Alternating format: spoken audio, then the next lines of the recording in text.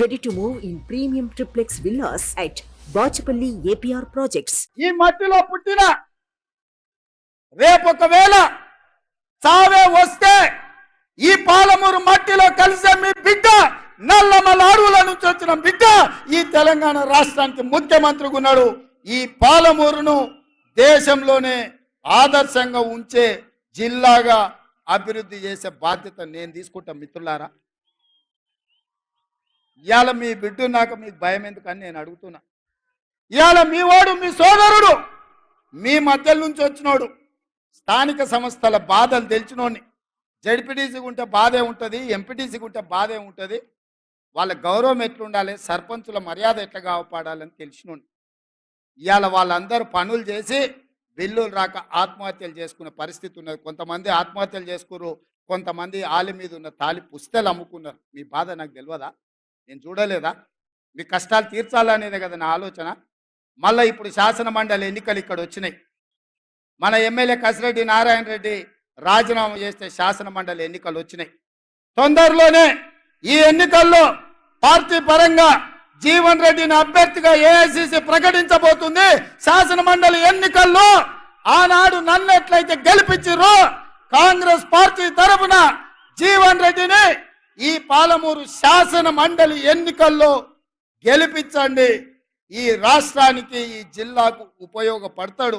ఎంపీటీసీల జడ్పీటీసీల మర్యాద కాపాడతాడు.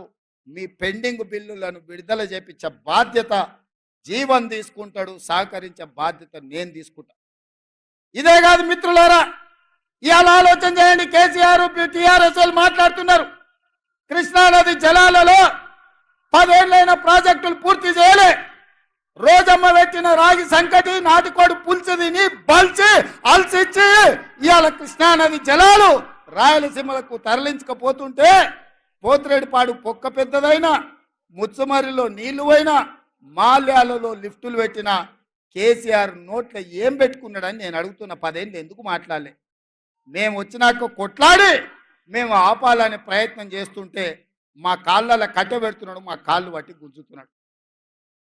నీలాకేమన్నా తాగుపోతున్నా, నేనేమన్నా తిరుగుపోతున్నా? కేసీఆర్ తాగుతోటి దిగుతోటి మాట్లాడనికే నేను కేసీఆర్ని కాదు, నేను మీ రేవంత్ అన్నాను. పొద్దునైనా మధ్యాహ్నమైనా రాత్రైనా అర్ధరాత్రి అయినా హోస్లో ఉండేటోని, మీ సహకారంతో జోష్లో పనిచేసేటోని. నాకా నువ్వు చదువు చెప్పేది? ఇవాళ ఆయన కోరిక అంత ఒక్కటే, ఈ పిల్లగాడు అయ్యిండు, నా కొడుకుని చేద్దాం అనుకున్నా, నా తర్వాత కానీ పిల్లగాడు అయ్యిండు, గా పాలమూరోడు అయ్యిండు అని మన మీద అసూయతోని ద్వేషం కక్కుతున్నాడు.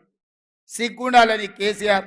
ఇవాళ హరీష్ రావు అంటుండు, అసెంబ్లీకి ఎందుకు రాలేదా అంటే మా మామకు ఒంట్లో బాగాలేదని.